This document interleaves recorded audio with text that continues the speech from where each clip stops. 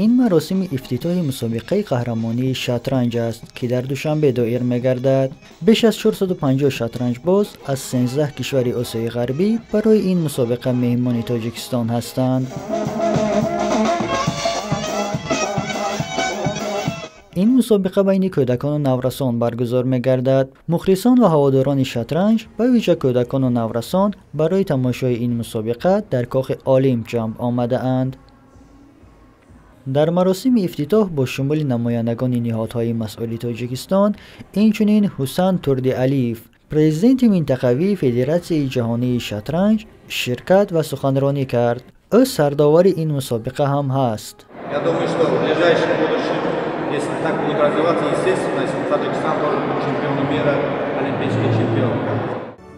پس از سخنرانی رسمی و صدا دادن سرود ملی تاجیکستان برای مهمانان و ورزشکاران ترانه‌های تاجیکی پخش گردیده، رقص ملی تاجیکی هم نمایش داده شد. این قسمت فراغتی را حاضرین خوش استقبال کردند.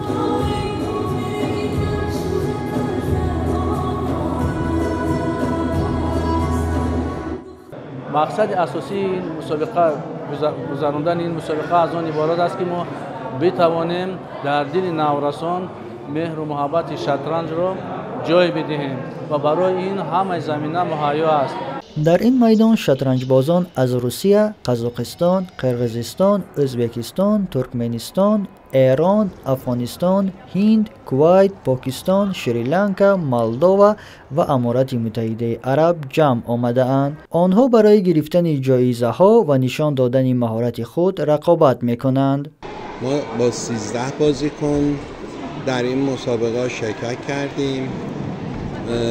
تقریبا در تمام رده‌های سنی پسران و دختران بازیکن داریم به جز یک رده و انتظار دارم که همه بچه‌ها با مدال به کشور عزیزم برگردن. داخل کشور بیشتر مسابقات اوپن بین‌المللی را شرکت می‌کردم و این اولین تجربه من در مسابقات آسیایی هست و برای کسب مقام و یه رزومه خوب در این مسابقه شرکت کردم.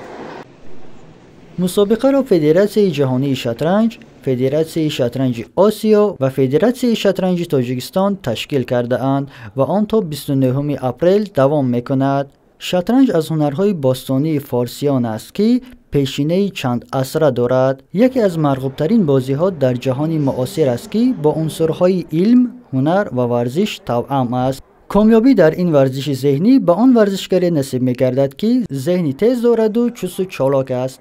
مهرآفرین نجیبی، آسیا پلیوس.